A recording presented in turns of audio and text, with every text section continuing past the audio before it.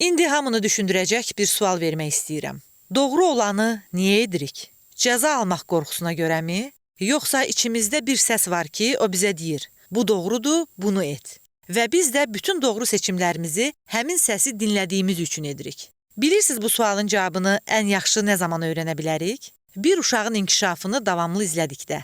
Amma iş burasındadır ki, həmin cavab da zamanla dəyişir. Məsələn, uşaqlar əvvəlcə cəzadan qorxduğu üçün doğru davranırlar. Sonra mükafat almaq üçün. Yəni, böyüklərdən mükafat umaraq, tərif gözləyərək. Daha sonra başqaları nə deyər deyə düşünərək. Ən sonda isə iç səsləri, yəni vicdanları ilə üzə qalırlar. Psixoloq Lawrence Kohlbergin də diqqətini çəkən məhz bu idi. O, insanların davranışlarının arxasında hansı əxlaqi motivasiyalar olduğunu araşdırır və nəticədə ortaya mənəvi inkişafın 6 mərhələdən ibarət olduğu bir nəzəriyyə üzə çıxarır. Bu podkastda nələri öyrənəcəyik? Gəlin baxaq. Uşaqların doğru anlayışı necə formalaşır? Niyə bəziləri vicdanla, bəziləri isə qorxu ilə davranır? Mənəvi inkişafın mərhələləri hansılardır? Və ən əsası, biz bu mərhələlərdən hansındayıq? Yeni başlanğıca xoş gəlmisiniz.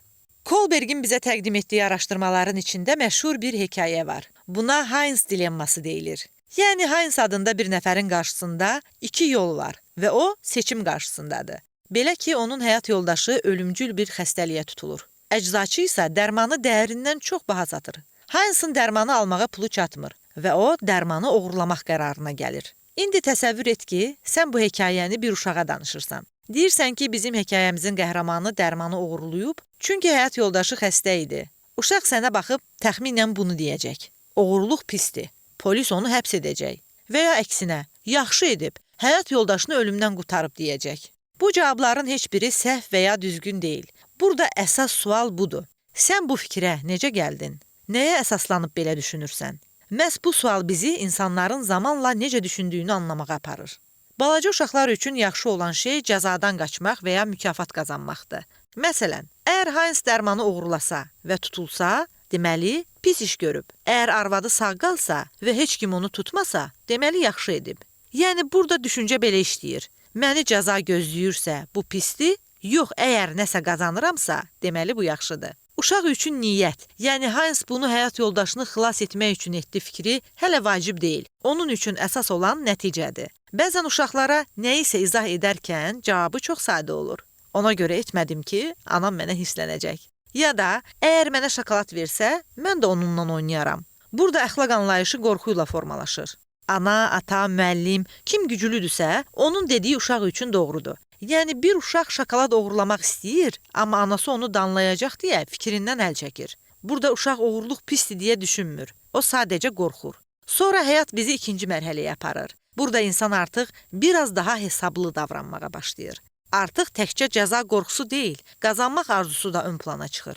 Düşüncə isə budur. Mən sənə kömək etdim, sən də sonra mənə kömək edərsən. Burada hələ empatiya yoxdur. Hələ sənin necə hiss etdiyini anlayıram deyə bilmir uşaq burada. Amma artıq qarşısındakını müəyyən qədər düşünür. Təbii ki, əgər öz xeyrinədirsə. Bu mərhələdə doğru davranmaq demək əslində bir növ oyunun qaydalarını düzgün oynamaqdır. Məsələn, müəllimin xoşuna gəlsəm, hədiyyə qazanaram. Yəni, məqsəd yaxşı insan olmaq deyil, qalib gəlməkdir. Doğrular bir seçim deyil, bir vasitədir burada, bir alətdir. Və buradakı incə məqam isə budur. İnsan özü də hiss etmədən doğrunu şəxsi faydaya görə müzakirə mövzusuna çevirə bilər. Bu mərhələdə qalmaq əslində təhlükəlidir. Çünki burada etdiyin yaxşılıq, əgər qarşılıq gəlməzsə, dəyərsiz görünməyə başlayır bir müddətdən sonra. Və beləliklə əxlaq yox, mükafat motivasiya mənbəyinə çevrilir. Bəs nə zaman, əgər qarşılıq almıramsa, heç nə etmərəm düşüncəsi yerini empatiyaya verir. İndi sənə bu mərhələdən danışmaq istəyirəm. Burada insan artıq özünü başqalarının gözü ilə görməyə başlayır. Düşünür ki, əgər düzgün davranmasam, insanlar məni pis tanıyacaq, dostlarım məndən uzaqlaşacaq. Bu empatiyanın əslində ilk toxumudur. Başqalarının hisslərini anlamağa doğru atılan ilk addımdır. Amma hələ də məqsəd yaxşı insan olmaq deyil, başqalarının gözündə hörmət qazanmaqdır. Sonra sən artıq bir cəmiyyətin üzvü olduğunu hiss edirsən. Qaydaların və qanunların hamı üçün eyni olduğunu anlamağa başlayırsan. Düşünürsən ki, qaydalar nizam üçündür. Qanun varsa, hamı ona əməl etməlidir.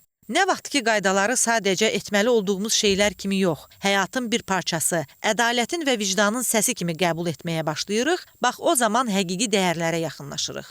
Artıq hər bir qərarımızın arxasında bizi biz edən dəyərlər dayanır. İnsan özünü kəşf etdikcə doğru və yanlış arasındakı fərqi anlamaqla hər addımı daha şuurlu atmağa başlayır.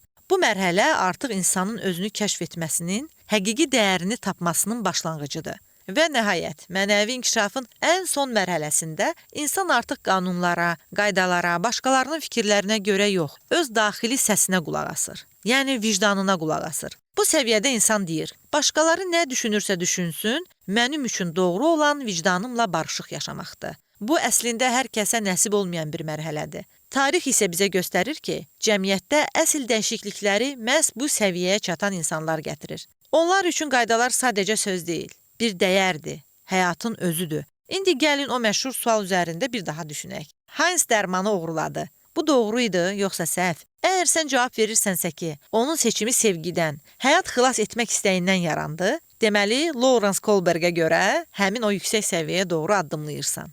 Doğru olmaq yalnız başqalarını razı salmaq deyil, doğru olmaq vicdanın səsinə sadiq qalmaqdır. Yəqin mənimlə razılaşarsınız ki, əxlaqi inkişaf da yaşla ölçülmür. Bu, əslində bir fərqindəliklə başlayır. Bəzi insanlar böyüyür, amma heç vaxt inkişaf etmirlər.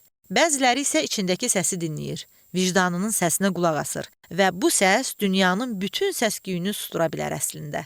Unutmayaq, gerçək əxlaq yalnız doğru olanı bilmək deyil, nəyin bahasına olursa olsun doğru olanı etməkdir.